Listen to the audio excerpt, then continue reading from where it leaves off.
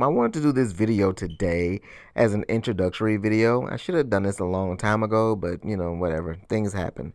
So when I create a game or when I want to create a game, it's usually something that I think of in my mind. I'm like, ooh, I want to do a game like this. Let's see if I can do it in GDevelop. And that's usually how that works. Well, this game in particular is based off my history as an author. If you read my YouTube bio, you would see that. If you didn't read my bio, that's perfectly fine. Nobody comes to YouTube to read bios anyway. But I am a speculative fiction author, which means that my genre is science fiction, fantasy, and horror. So anything that I write is usually going to incorporate all of those elements, all three of them. So this particular game is based off of a novel, an actual novel of mine. And so you will see right here is the actual cover for the novel that I created. I had self-published this back in early 2000s, and I got it copyrighted. And it's been, the first of three novels. So yes, there are like two other books that come after this. And during that time, I had them up, and a lot of people were enjoying them, but I kind of took them down because I needed to update some things, modernize it, and kind of work on the character structure just a bit more. And in between that, I was looking for other ways to express my ideas through my creativity through fiction. And GDevelop was one of the first ways that I, not the first, but it was the easiest way I could do that. So my stories and my writing led me to GDevelop, and I've been like messing with GDevelop for a while anyways. So this particular game, I wanted to kind of show the progress I made on this game because I started on it last year, and then I stopped it because for whatever reason, I don't know, maybe it got too complicated for me. I honestly don't know, but I'm a very upfront, honest person, so I'll let you know if it's an issue. No problem. So I just kind of wanted to kind of show the progress that I made with this game, and I'm pretty sure it's filled with bugs, cause ain't no way that I made it that far. So as you can see here, I have the title screen, which is Potentia Endure. You know that Potentia is a part of my original novel, and it means potential in Latin. So endure is, to last. So, your potential to endure. The mouse is not working on this, and probably because I didn't set it up right, but I have my joy pad connected to this, or joystick, and that works perfectly. So you can use the mouse and the joypad. The game options do not work because I have not done those yet, but the start game does work. So you can actually go to the character select screen, and these are all of the characters that are featured in my books, or some of them, really the main ones. And the kids are, let's see, Amari, Rupert, Carissa, and Yasha. So when I click on Amari, it goes to his profile, and you see the name, the age, the gender, the race, and you get the little bio. All this is based off of my actual stories of my novel. Let's go to Rupert, and let's see. Rupert is 12. He's German American. And let's see here. Very interesting. It's very interesting what you can get done when you put your mind to it, though. And then I have Carissa, who is the oldest. She's 17. She's the oldest character in the book of those individuals. And then I have Yaasha, who is a humanoid, or like a canine humanoid, like a dog humanoid. Very sarcastic and just, can be annoying. So in the book. But anyways, I need to update this player select screen for sure. I am going to do that. Let me see if I'm able to navigate forward using the start button. I don't think I would be, because I don't think I did the functionality. Nope, I don't go forward, so I would need to work on that. I have to go to the actual scene directly, which is the city, and the global variable is where it's going to be that particular character. So if I set it to 1, it's going to be Amari, 2, Rupert, and so forth. So this would be showing Amari on that stage. And let's go ahead and get to seeing what I've done so far, or what I finished. So he can collect things, which is good, and that's always a good thing. Let's see what else I can do. There's the power bar, which can go to max. And then this would be the shield defense. This would be power up. And this would be speed up. I have no idea what this is for or why I put it there, but I will find out later on.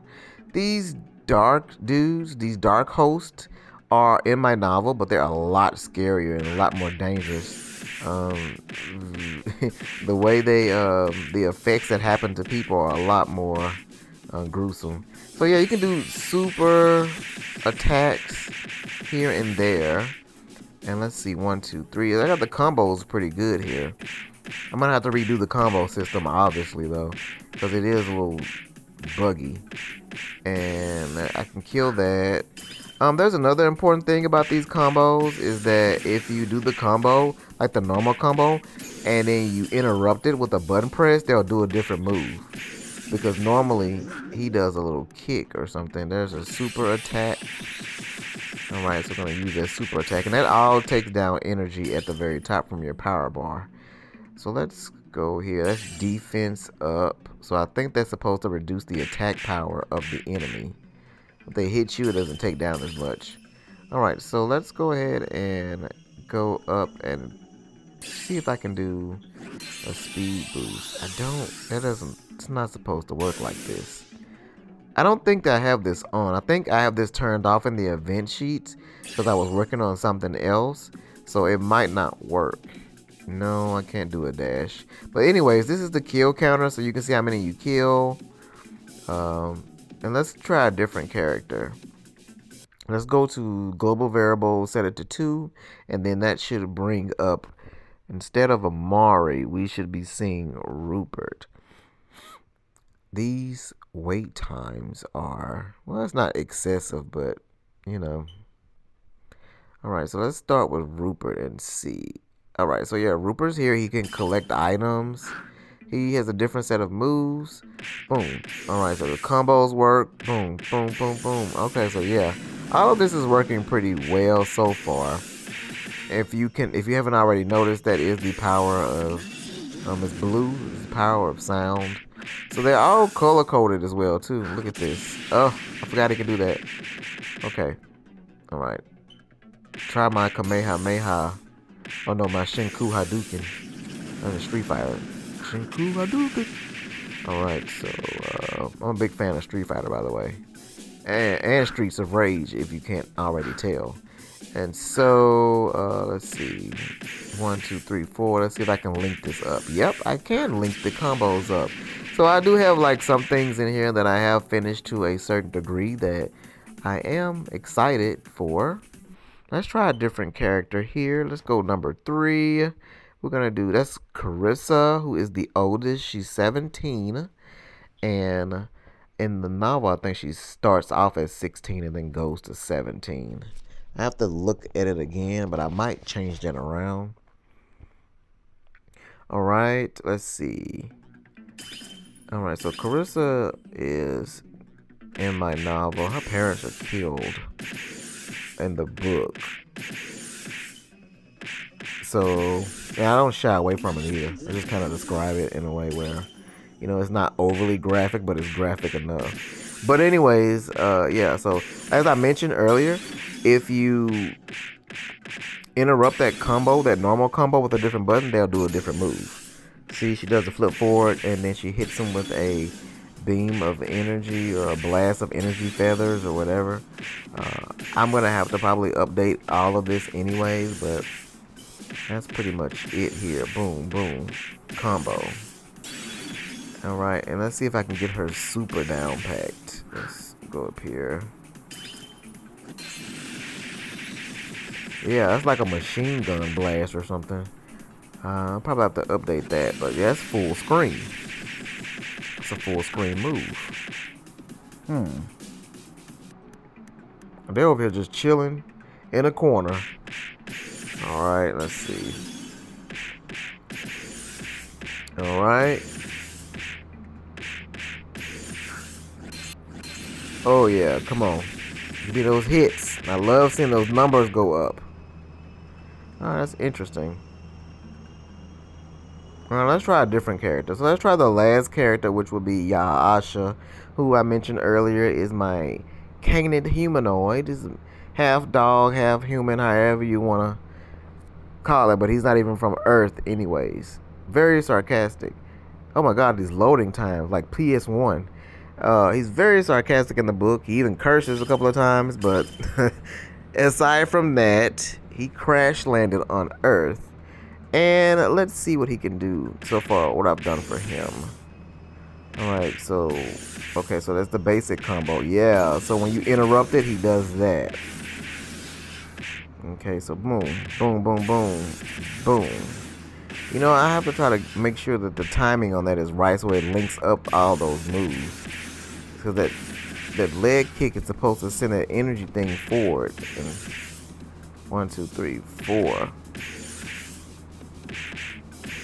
Yeah, I probably got to tighten up these combos a bit better. I have to tighten these up. 1, 2, 3, 4.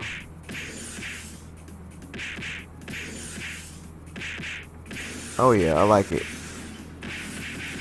What about this super move? Oh, not good, not good, not bad.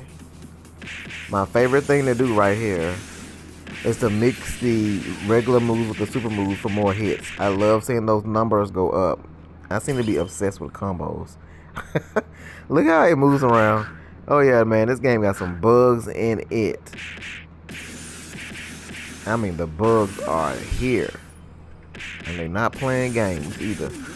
I'm playing games, but the bugs are like, we are here. We gonna make this game look like it's just a prototype for out of this world. Okay, so let's see what I have here. Power increase. I mean, what's the point of doing a power increase when there's nothing to hit? Alright. So yeah, each one of the characters have their own little special abilities, or I was trying to make it like that because Amari has the strongest, attack power, but he does not raise up energy very well. Rupert is not as strong, but he raises the energy a little bit better, and he doesn't have that very good technique. Carissa, she's balanced, and then we have Yasha, who is the weakest strength-wise, but he's faster, and his energy, he gains that energy quick. So, look at this bug here. Dun dun dun dun dun dun dun dun dun dun. Okay, let me get off of this. That's ridiculous. I have to fix that later on as well. Alright, so let's go and see what else I have over here. Map select. So I have done a map select as well. I highly doubt that any of this is finished for sure, because there is no way that I would have completed the map select or the stages. Alright, so yeah. Okay, so yeah, you get to see all the different stages that I have.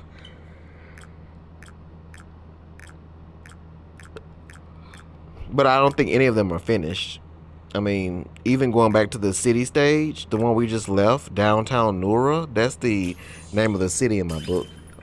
Okay, so Nura, let me get out of this. That works. Let's try Lightfoot Forest. Okay, so it shows up as an unfinished stage with Amari in the center, but this stage is unfinished.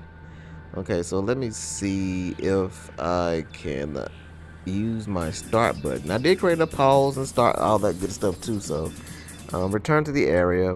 Let's go to Edge of Mojave, unfinished stage, part 2. Yeah, so all these stages are going to be unfinished because I didn't even finish the city stage, so it would make sense that none of these stages are finished. Let's go to Jungle Jam. Another unfinished one. Woohoo! It's very enjoyable to see these unfinished stages. But that's perfectly fine though. I mean, I can always come back and do some extra with these. Let's go to Area 52. And let's see. Yeah, like I said, all these stages are unfinished, but I do know for a fact that this particular stage, I did want this to be the hardest one, in theory. anything that I do with like aliens or anything like that, Area 52 is gonna be hard. And as you have noticed, I love aliens and science fiction and supernatural stuff. So that's it for me. Let's end this game. Right. So that's pretty much what I've done so far. As you can see, a bug-filled game. But what I do like about this is that I did this last year. So everything that I did is, based on the old GDevelop, setup. So GDevelop has went through a lot of updates since then, including 3D and everything else. And that I'm not gonna turn this into 3D, but I could really update it with the new extensions and everything that has been, done. And I have learned a lot since then. Look at all of this. This is ridiculous. This is completely ridiculous. What is this? Is this a city stage?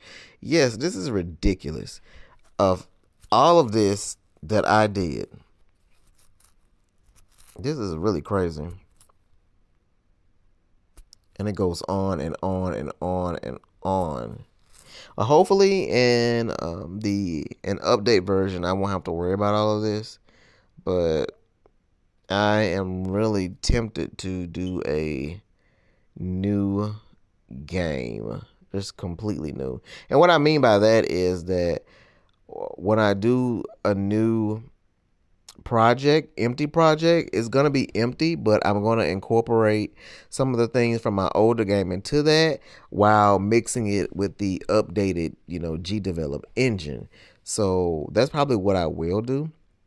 Let me see what else I have here. How many global variables do I have? Way too many. Let's check the properties. So I have everything here in my properties. I have my pen name up here. And let's see, I'm going to change all of this though in the future. I have the bio, or I have the short description of the game, which is a watered down description based on my book. All right, so that's pretty much it. Well, I hope to get this done soon. And thanks for watching, and see you next time.